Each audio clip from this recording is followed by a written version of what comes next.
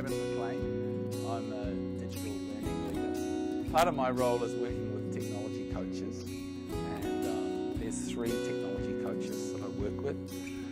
So I work with teachers, of course, as well, but so I have a kind of a double-edged sword in the way that, or a double layer role, I suppose, where I'm mentoring and coaching the technology coaches as well as working with teachers. So when we're talking about work with teachers, how does that look?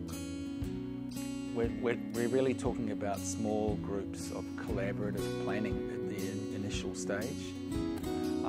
So we're looking at learning outcomes, and that's the learning outcomes of the students, not so much towards the technology, pieces of technology or the tools that the teachers want to learn. It's more focused on what the students need to learn. And then the work with the teachers is a very collaborative one, and it goes through different stages.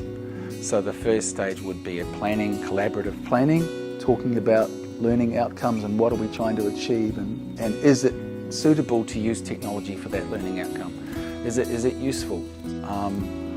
And the role of the technology coach is probably really about removing barriers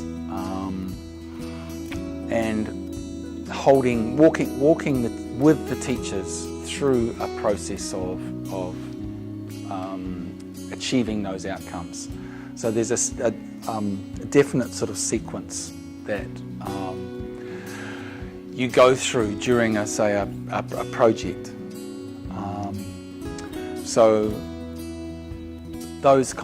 Okay, so my name's Ben Morse. I'm a KG technology coach, kindergarten, and my role is to work with the teachers and the children and implementing technology in the classroom. But not only that, also helping the teachers build technology into their teaching and for it to be a natural thing where I'm not needed. That's the goal.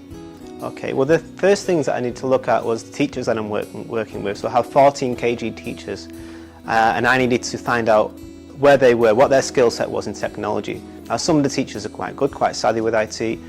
Some of the teachers could improve. So I need to figure out where I was there. So I'd speak to other teachers that were here last year, and for the first few weeks in the classroom, I sort of got a good idea for myself. And so that I would use that as my starting point to train those teachers, to coach those teachers in using IT in the classroom. Okay, so we have something called centre time, and basically that's maybe 2-3 hours of the day, and children will sort of make their way around the classroom like a carousel, and they'll do centres on reading literacy, or they'll do a centre on building their fine motor skills. And one of the centres could be using the iPads, which will just basically complement their current unit of inquiry. So I will help the teachers figure out what apps they are looking to download, where to look for these specific apps, and to sort of figure out, are these apps good? Because there's lots of apps that do the same thing. Which apps actually matter? Which apps actually do the job? And then they'll set these iPads up in the classroom, and the kids will use those apps to consolidate their learning. Good afternoon. My name is Jalene Murray, and I am the Technology Integration Specialist at Dubai American Academy. A large part of my role is working with the school leaders to develop the school improvement plan. Last year, it was decided that instead of having yearly plans, that we would work towards 3-year goals. So as far as the technology section of the school improvement plan goes, the main priority is to improve student learning through the effective use of digital age systems and teaching practices. So that priority is broken into 6 different objectives. The first one is developing a K-12 philosophy and vision for technology use and integration in teaching and learning. The second one is maintaining a dynamic needs-based professional development for teachers. The third is continuing to purposefully and effectively integrate technology throughout learning and help with high-impact tools and strategies in helping students acquire the skills that they need. Also, 4 is aligning the what teachers are doing every day to the ISTE standards, the International Society for Technology Integration Standards, Technology Education, standards, improving technology systems within the school and developing the IT systems and structure.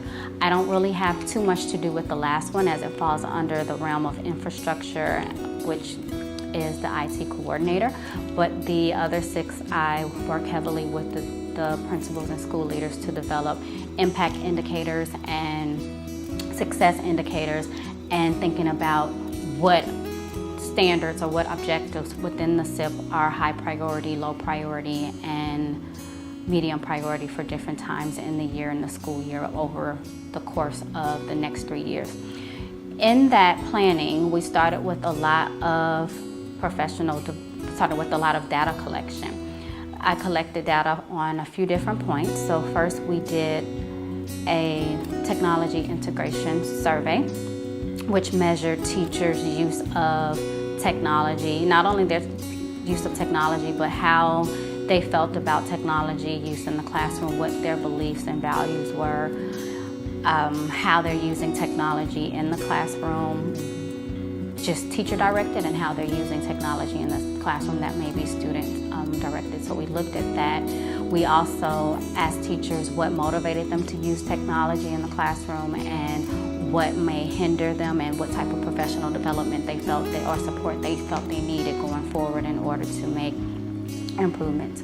The plan is to give the survey every year over the next 3 years and be able to track the improvement and the impact over time. So we have that one data set that was given in the spring. The second data set was the digital educator survey, which was based on the ISTE standards for teachers, and asking teachers how often they do things or to rank their level. And the impact indicator is basically saying that by the year 2017, that most teachers will rate themselves on a scale of a 4 or a 5, where, you know, some of them are waffling between 2s and 3s right now. So we want to be able to see that improvement over time in order to evaluate our program. The next set of data was collected through student use survey, and what we did was took the ISTE standards for students and developed a survey based on